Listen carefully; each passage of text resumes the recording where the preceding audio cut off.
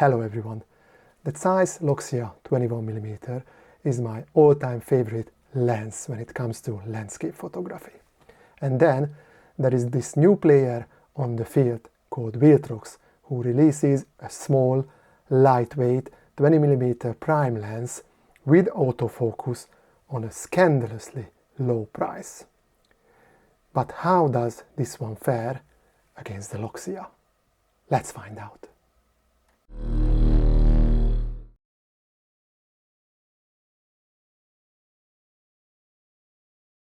The difference in build quality is obviously night and day.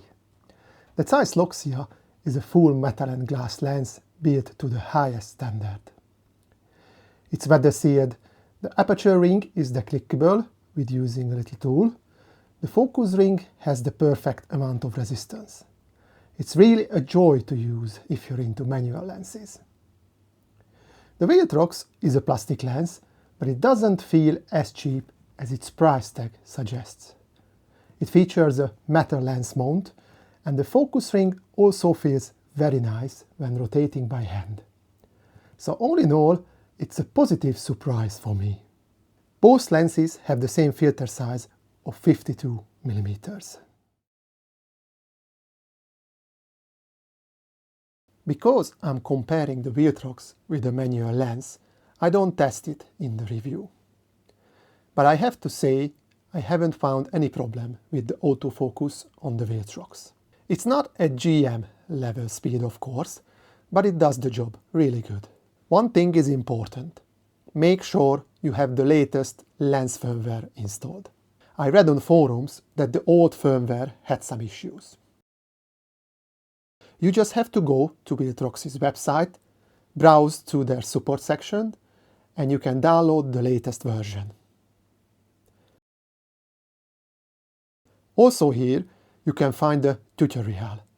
It's really easy and straightforward with connecting the lens to your computer with the dedicated USB-C connector on the mount of the lens.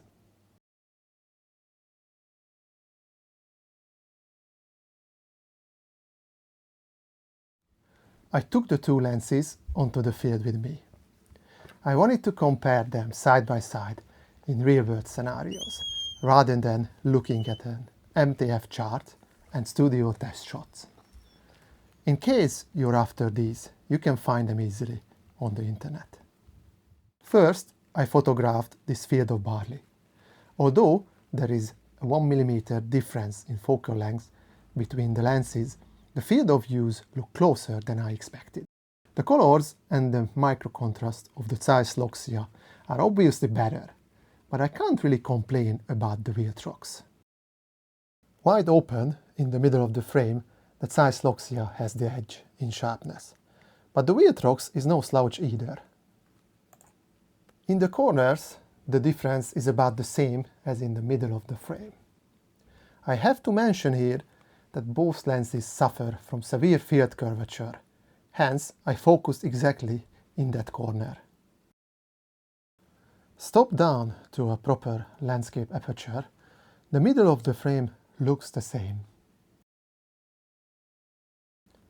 At the edge of the frame, the Loxia is better, but again, the Viltrox holds up very well.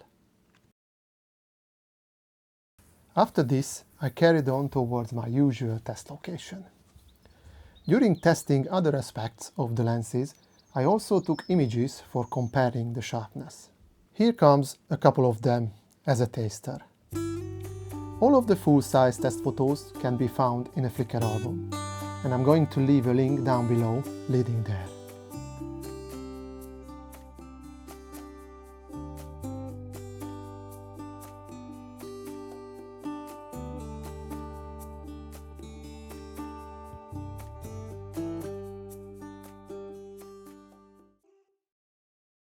I know the flare resistance of the Zeiss Loxia very well. The famous T-star coating does the job brilliantly. That's why I didn't even test it this time. Regarding the Viltrox, I expected less impressive performance. Usually this is the area where cheap lenses fail. To my surprise, it wasn't the case. Shooting against the sun the contrast is held almost perfectly and wheeling flare is almost completely absent. You can see some ghostings and flare in certain situations, but I really had to provoke it. It was difficult to find an angle of view where the lens produced some degree of flare. And also, the nature of the flare is not really obtrusive. Overall, a big plus for Viltrox in this regard.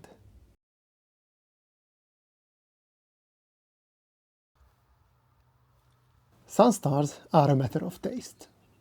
For me, the 10 straight aperture-bladed Zeiss Loxia is the golden standard. There is no question, this is one of the most beautiful representation. The Viltrox has 7 straight aperture blades. Being an odd number, it creates a 14-pointed star.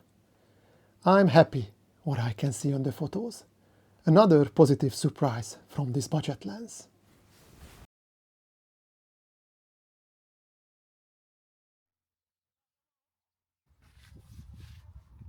In another video, I already mentioned that I don't really care about the quality of the autofocus areas at wide-angle or ultra-wide-angle lenses. Having both an F2.8 lens, I took some images in case you are interested.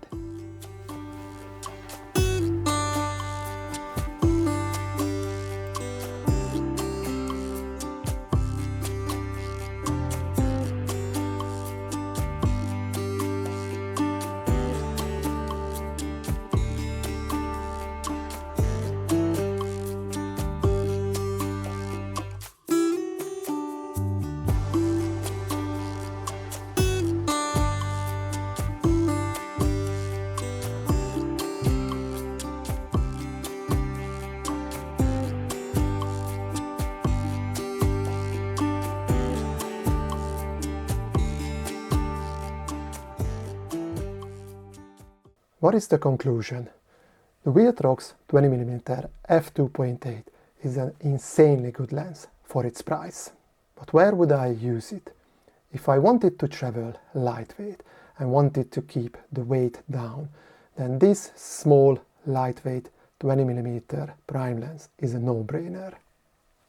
Maybe it's not as good as the Loxia, but it ticks all the other boxes.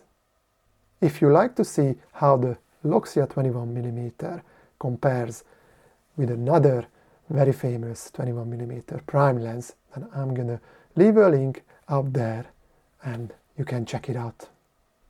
See you soon, and may the light be with you all.